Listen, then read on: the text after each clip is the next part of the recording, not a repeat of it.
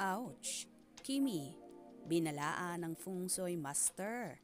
Posible raw, madenggoy.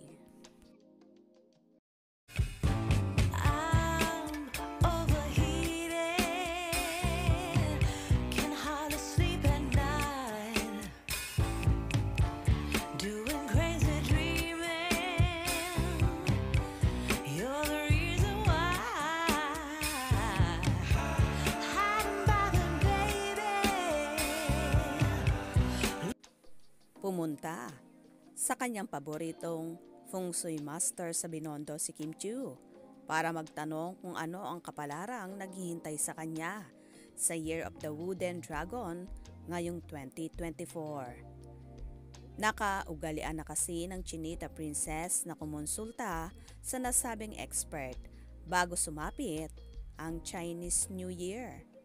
Say ni Master Johnson, dahil absent ang elemento ng tubig, kulang daw sa kalma ang mga tao sa 2024. Madalas daw ang tensyon at away. Ganun pa man, favorable raw naman ito sa mga taong nasa pwesto o kapangyarihan, although hindi maiaalis ang power struggle. Top Chinese zodiac signs daw this year ang rat, ox, pig, tiger at sheep. Wish naman ni Kim sana raw ay bumuti na ang lagay ng kalusugan ni Kris Aquino na ipinanganak sa Year of the Pig.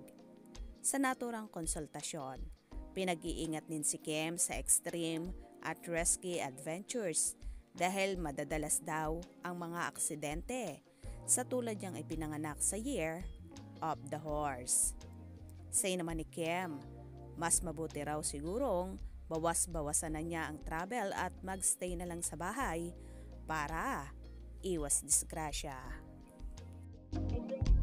Long Ma Jingsheng, Dragon Horse Activeness. So with the combination of the horse and the dragon, di ba? Ano mamayagpag din yung projects natin. Compatible din naman ang horse and the dragon. Yeah.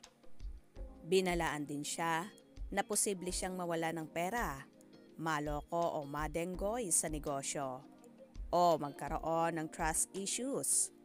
Mainam din daw na mag-ingat siya sa mga taong lalapit sa kanya na posibleng pagsamantalahan ang kanyang pagtitiwala. Dahil lucky colors daw ang green, blue at red ngayong taon, feeling ni Kim ay nasa safe side siya dahil iyon ang mga kulay ng ABS-CBN. Sa huli, binigyan siya ng tips kung paano sasalubungin ang taon para makaakit ng swerte.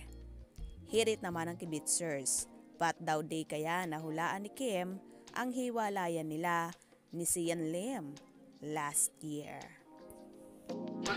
Yes! Oo nga. Kasi we call it the passion fruit. So it's more on the love. Damihan mo yung passion fruit. Dragon fruit, charot lang.